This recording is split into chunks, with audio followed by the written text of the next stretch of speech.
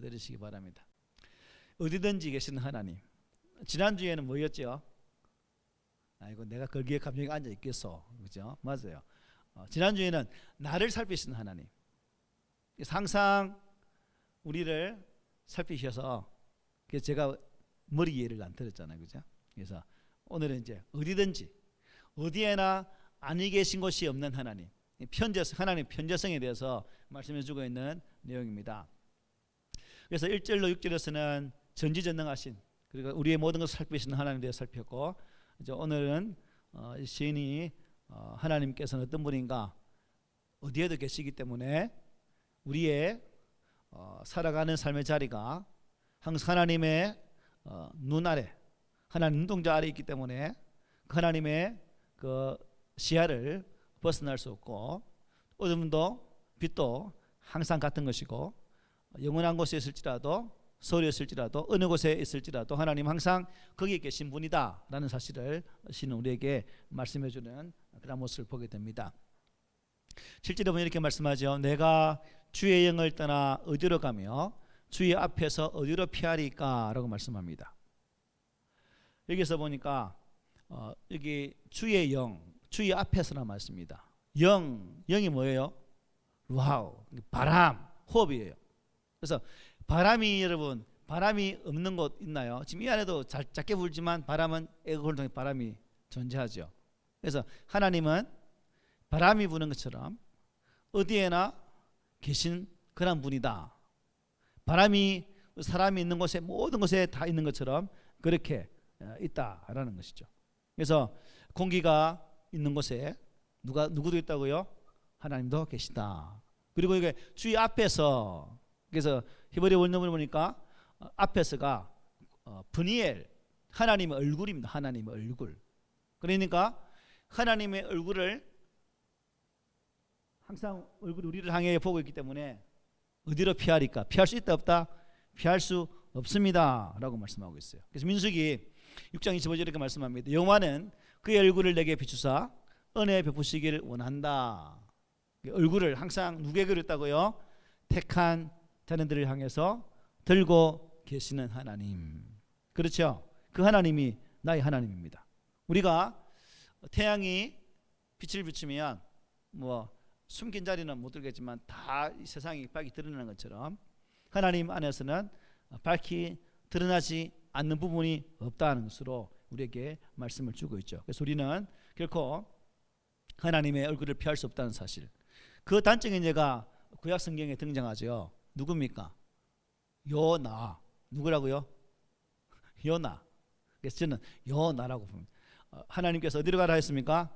야, 니는 작한 성 니느웨로 가서 하나님의 말씀을 전하라. 그렇게 했을 때 아수르 도성 니느웨, 유대 민족에게서는 왼수 같은 나라 아닙니까? 그러니까 왼수에게 왜 하나님 말씀에 구원의 말씀을 전해요? 그놈들 다 죽여버리고 놔두지. 이게 지가 마음이 꽁한 거죠. 그래서 요나는 어디로 도망갑니까? 다시스로 가기 위해 배를 타고 도망을 가게 됩니다. 그런데 배의 제일 밑창에 숨어서 잠을 콜콜 자버리는 요나. 하나님이 못 찾았지요? 찾았지요. 그 배 제일 밑창에 제일 끄트머리에 꼭꼭 숨어서 꼭꼭 숨어라 머리카락 보인다 할 줄 숨어서 잤는데도 불구하고 하나님이 찾으시고 그를 풍랑이는 어디에 던지게 합니까? 풍랑의 원인인 요나이기 때문에 그 요나를 바다에 던져버리죠. 이게 던지는 순간 바다가 어떻게 합니까? 잔잔한 동시에 또 요나는 어디에 뱃속에 들어갑니까? 큰 물고기 뱃속에 들어갑니다. 그런데 중요한 것은 그 큰 물고기 뱃속에서도 누가 계셨다는 거예요? 하나님이 계시죠. 그래서 그 하나님 그 물고기 뱃속에서 요나가 회개하고 여호와의 구원을 찬양했을 때 어떻게 해요? 큰 물고기가 아수르 땅에 요나를 토하게 되죠. 이게 모든 과정들이 물고기 뱃속에서도 요나의 회개를 들으셔서 다시금 요나를 회복하고 하나님의 말씀을 전할 수 있도록 하셨다는 사실. 이게 요나서를 통해서 볼 수 있는 편재성 하나님, 즉 어디에나 다 계시는 하나님이라는 사실을 우리에게 잘 말씀해 주고 있죠. 그렇습니다. 우리 모두는 하나님 앞에서 온전히 영원히 피할 수 없는 존재입니다. 떠날 수도 없는 존재죠. 그래서 우리가 이 하나님을 분명하게 인식하고 하나님께 부르시절 그때에도 또한 하나님은 우리가 하나님 계신가? 없는가? 인식을 전혀 못할지라도 하나님은 여전히 어떻게 해요? 계신 하나님이시다라는 사실입니다. 그래서 우리가 이 하나님 앞에 서서 항상 나와 함께 하시는 하나님을 의지할 수 있는 그 믿음을 가지고 살아갈 수 있기를 바랍니다. 여러분, 하나님을 우리가 생각하고 인식하고 산다는 것 너무나 중요한 것 같아요.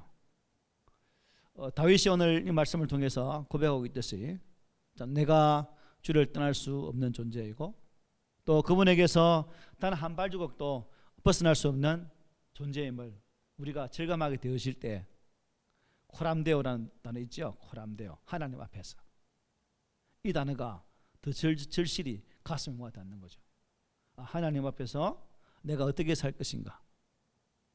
우리는 교회에서만 하나님 앞에서가 아니라 교회에서도 하나님 앞에서 또한 우리의 삶의 자리에서도 하나님 앞에서가 되어질 때에 사소한 저로부터도 승리할 수 있는 것이고 또한 큰 유혹에서부터도 승리할 수 있는 그러한 성도가 될 수 있다는 거예요. 그래서 우리는 항상 하나님 앞에서 살아가는 복된 삶의 주인공들이 되시기를 축복합니다. 아멘.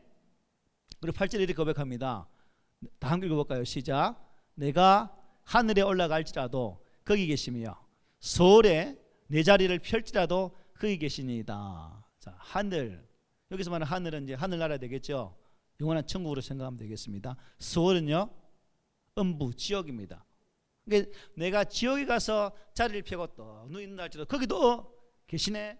그러니까 천국도 지옥도 누구의 주권하에 있다는 거예요?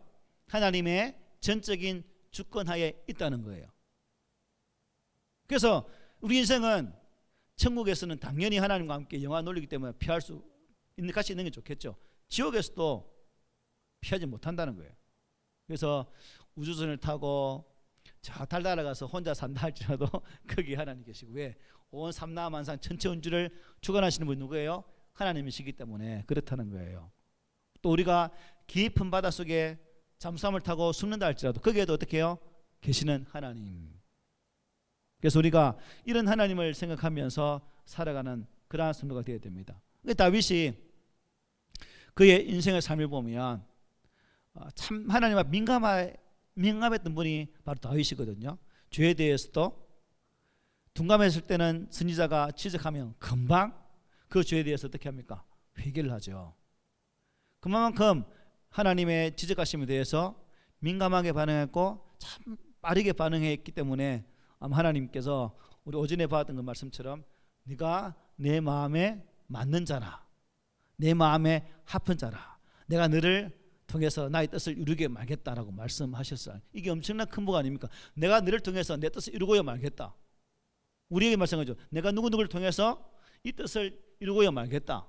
우리가 하나님의 그 뜻에 맞기만 한다면 그렇게 된다는 거죠. 그래서 우리가 매일매일마다 이런 하나님을 바라보면서 하나님과 나와는 결코 분리될 수 없는 존재구나, 함께 할 수밖에 없는 존재구나. 여러분 입이 어디 붙어 있어야 여러분의 입이 역할을 하죠? 내 얼굴에 정한 위치에 입이 뒤에 뒤통수에 붙으시면 어떻게 될까요? 기분이 어떨까요? 눈이 발바닥에 있다면 어떨까요? 못 보겠죠? 하나님이 아주 특기 두수에 참 눈은 앞을 보게 하고, 그리고 비 오면 눈에 물이 안 들어가도록 눈썹을 다 막아주죠. 또 코가 하늘을 보고 있어 보십시오. 비 올 때 코로 물이 다 들어가게 해서 숨도 못 쉬겠죠. 빗물도 안 들어가게 다 밑으로 향해서 하나님 우리를 지으셨다는 거예요. 이게 하나님의 은혜의 승리라는 거죠. 항상 이러한 하나님의 놀라우신 사랑들을 바라보면서 우리 안에 함께 하시는 그 하나님을 의지할 수 있는 그 힘이 있기를 바랍니다. 그리고 우리 9절 10절 한번 읽어볼게요. 시작. 내가 새벽 날개를 치며 바다 끝에 가서 거주할지라도 거기서도 주의 손이 나를 인도하시며 주의 오른손이 나를 붙드시리이다. 아멘. 하나님의 인도, 하나님의 보호, 이게 언제 어디서나 우리와 함께 한다는 말씀이에요. 7절에서부터 시작된 그 하나님의 무소부재, 편재성, 어디 안에 계신 그 하나님에 대한 찬양은 이제 완전히 큰 절정에 이르는 것을 보게 됩니다. 다윗은 여기서 하나님의 무소부재하심에 대해 찬양하면서 이것을 통해 말하고자 했던 주제가 무엇인가? 그것은 바로 하나님의 보호하심, 하나님의 안위하심이라는 사실을 인도하시는 하나님 것을 말씀해 주고 있는 거죠. 사실 이 무소부재, 이 말씀처럼 자칫 못하면 무서운 말씀이 없습니다. 쉽게 말하면 내 살아가는 모든 걸음걸이마다 CCTV가 항상 나를 따라 다닌다고 생각해 보십시오. 악을 행하는 사람들 어떻게 해요? 불안하죠. 안 그렇겠어요? 내가 내 나쁜 짓, 잘한 짓, 엉뚱한 짓, 이 CCTV가 항상 따라다니면서 360을 지켜본다면 우리가 미쳐버릴 거예요. 시인이 아마 우리 보고 미치라고 이 말씀했을까요? 아니죠. 왜 이 말씀을 했느냐? 우리가 가는 삶의 자리 속에서 비록 하나님이 내 자리에 내 삶의 일거수일투족을 다 보고 계시고 지키시는 하나님이시지만 우리를 징계하거나 우리를 또한 고통 가운데 거하시기 위함이 아니라 하나님은 택한 자들을 보호하시기 위해서 그 마음에 참 평강의 은혜를 주시기 위해서 나를 지켜보고 있다는 사실입니다. 나쁜 사람 깡패들은 얼마나 두렵겠습니까? 그래서 창세기에 보면 야곱이 자기 아버지 집을 떠나서 바단 아람 외가 에사온 댁으로 도망가잖아요. 그때 하나님이 그에게 찾아오셔서 하신 말씀이 무엇입니까? 창세기 28장 15절 말씀인가? 그죠? 15절에 이렇게 말합니다. 내가 너와 함께 있어 네가 어디로 가든지 너를 지키며 너를 이끌어 이 땅으로 돌아오게 할지라 내가 네게 허락한 것을 다 이루기까지 너를 어떻게 해요? 떠나지 아니하리라. 이게 항상 지키신다는 의미거든요. 생각해 보십시오. 도망가는 처량한 신세의 야곱에게 하나님이 내가 너를 지킬게. 비록 네가 지금 도망가면서 바단 아람으로 도망가지만 네가 다시금 이 땅으로 돌아오게 할 거야. 그리고 다 이루기까지 내가 너를 떠나지 않을게. 여러분 생각해 혼자 홀로 독신으로 도망가는 그 야곱의 그 도망자 생활 속에서 하나님이 다 나타나셔서 이 말씀을 하셨다 생각해 보십시오. 얼마나 여러분 힘이 되었겠습니까? 얼마나 위로가 됐겠습니까? 그래서 하나님은 이 위로함과 보호하심을 늘 주시기 위해서 항상 우리를 어떻게 해요? 보호하시고 안위하여 주신다라고 시인은 이렇게 표현을 해주고 있는 거예요. 혹시 현재 내가 아주 깊은 수렁에 빠져서 흐드기는 상황인가? 혹시 우리 가운데 그런 분 계십니까? 설령 바다에 푹 빠져서 정말 헤어나오지 못할 그러한 어려운 상황에 빠져 있다 할지라도 비참한 처지에 있다 할지라도 우리가 결코 불안해하지 말 것은 나의 하나님이 나를 보호하시기 때문이다 라는 이 아름다운 고백의 말씀을 우리 항상 기억해야 되겠죠. 주의 오른손이 나를 붙잡고 계신다. 오른손은 무슨 의미예요? 능력이죠. 능력. 강력하신 능력이 나를 붙잡고 계시다는 거예요. 그래서 우리가 찬송가 403장 뭐라 말하고 있습니까? 주와 같이 길 가는 것. 그 다음 뭐예요?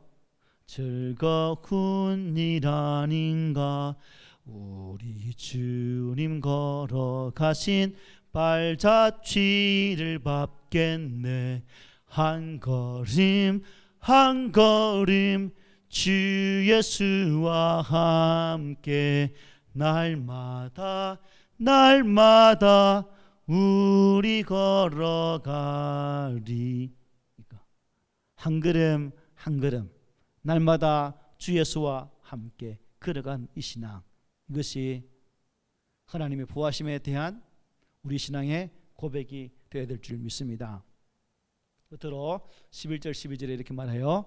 내가 혹시 말하기를 흑암이 반드시 나를 덮고 나를 두른 빛은 밤이 되리라 할지라도 주에게는 흑암이 숨기지 못하며 밤이 낮과 같이 비추이나니 주에게는 흑암과 빛이 같다라고 신문합니다. 빛 대신 하나님께서 함께 하시면 결국 어둠은 결코 우리 성도들의 적수가 되지 못한다. 어둠의 고통 또한 우리의 대적이 되지 못한다라고 말씀하고 있습니다. 여기 흑암은 뭘까요? 역경에는 위험이겠죠.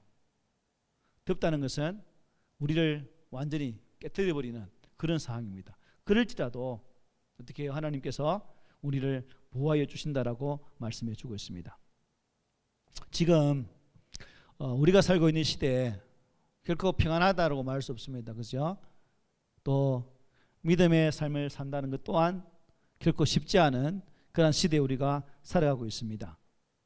그리고 이러한 때에 참 우리가 참 이 어둡고 흑암의 세력이 유혹하는 이 시대에 참 독야청청 빛나는 것처럼 우리의 신앙이 거룩함으로 구별되어지고 장차 주 예수께서 오실 때에 준비된 예비된 신부의 모습으로 나아간다는 것, 단장한 신부로서 살아간다는 것, 어찌 보면 결코 쉽지 않은 그런 길입니다.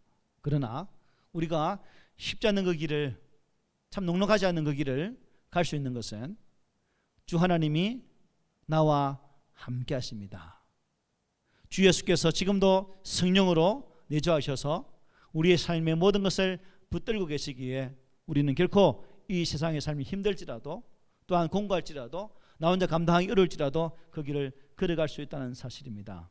그래서 다윗은 이것을 우리에게 말씀해 주면서 항상 그 모든 삶 가운데에서 밝히 빛을 비추는 것처럼 하나님이 우리의 걸음의 길을 비추기 때문에 어둠 가운데서도 낙심하지 말 것을 말씀해 주고 있는 거예요. 그래서 로마서 8장 38절 39절 이렇게 말씀합니다. 내가 확신하노니 사망이나 생명이나 천사들이나 권세들이나 현재일이나 장래일이나 능력이나 높음이나 깊음이나 다른 어떤 피조물이라도 우리를 누구예요? 우리 주 예수 그리스도 안에 있는 하나님의 사랑에서 끊을 수 없다라고 말씀하고 있죠. 이것이 우리의 신앙의 확신이 되어야 된다는 거죠. 그래서 여러분 이 세상에서 우리는 날마다 수많은 유혹과 또 세상의 영향력 속에 살고 있지만 또 믿음을 잘 지키는 그러한 성도가 되시기 바랍니다. 지금도 환한 빛으로 여러분의 걸음걸이를 어둠 가운데서도 비춰주시는 그 하나님을 의지하시기를 바랍니다. 그래서 하나님의 능력과 도우심 또 빛 대신 역사를 확신하고 승리하는 성도가 될 수 있기를 바랍니다. 그런 의미에서 우리 오늘 본문 7절 8절 한 번 더 다시 읽어보겠습니다. 시작. 내가 주의 영을 떠나 어디로 가며 주의 앞에서 어디로 피하리이까. 내가 하늘에 올라갈지라도 거기 계시며 서울에 내 자리를 펼지라도 거기 계시니이다. 아멘. 범신론, 어디에나 계시다 하면 일반 우상을 섬기는 사람은 온갖 잡신을 생각할 수 있거든요. 돌도 물도 산도 짐승도 이 범신적으로 생각할 수도 있습니다. 그런데 여기서 말하는 그러한 범신론과 이 본문은 구별되는 거죠. 한 분 하나님이 유일하신 하나님이거든요. 단 잡다하게 뭐 붙여 사는 것이 아니라 오직 한 분 하나님이 그 한 분 살아 계셔서 우리의 삶의 모든 것에 함께 하신다는 사상, 이게 무소부재 또 신학적 편재성이라고 말하거든요. 편재성이라고 말하거든요. 어디에나 계신 하나님. 그래서 쉬운 말로 이렇게 풀어 쓰는 거예요. 그래서 우리의 않고 일어섬을 낱낱이 살피시는 하나님. 흑암에서 빛 가운데서도 바다 깊은 곳에서도 하늘 위에서도 서울에 가서 내가 자리를 펼지라도 거기도 계시는 그 하나님. 그래서 우리가 이 하나님 안에서 온전히 살아갈 수 있는 그런 우리가 되어야 되겠죠. 찬송가에 이런 거 있죠.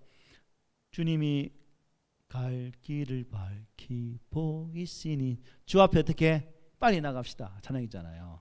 그래서 우리가 더듬더듬 또한 억지로 주님 앞에 나가는 성도가 아니라 은혜 받을 자리라면 갈 길을 밝히 보이실 주 예수를 확신하고 그 주님 앞에 더욱더 힘차게 나아가서 우리 삶 가운데에 이러한 은혜로 채우시는 은혜가 있기를 원합니다. 한 주간도 어디에서나 계신, 내가 무엇을 하든 내가 어디에서 무엇을 하든 항상 함께 하실 그 주 하나님 안에서 여러분의 믿음의 걸음이 승리로 또 복으로 가득 차시기를 예수님 이름으로 축복합니다. 아멘.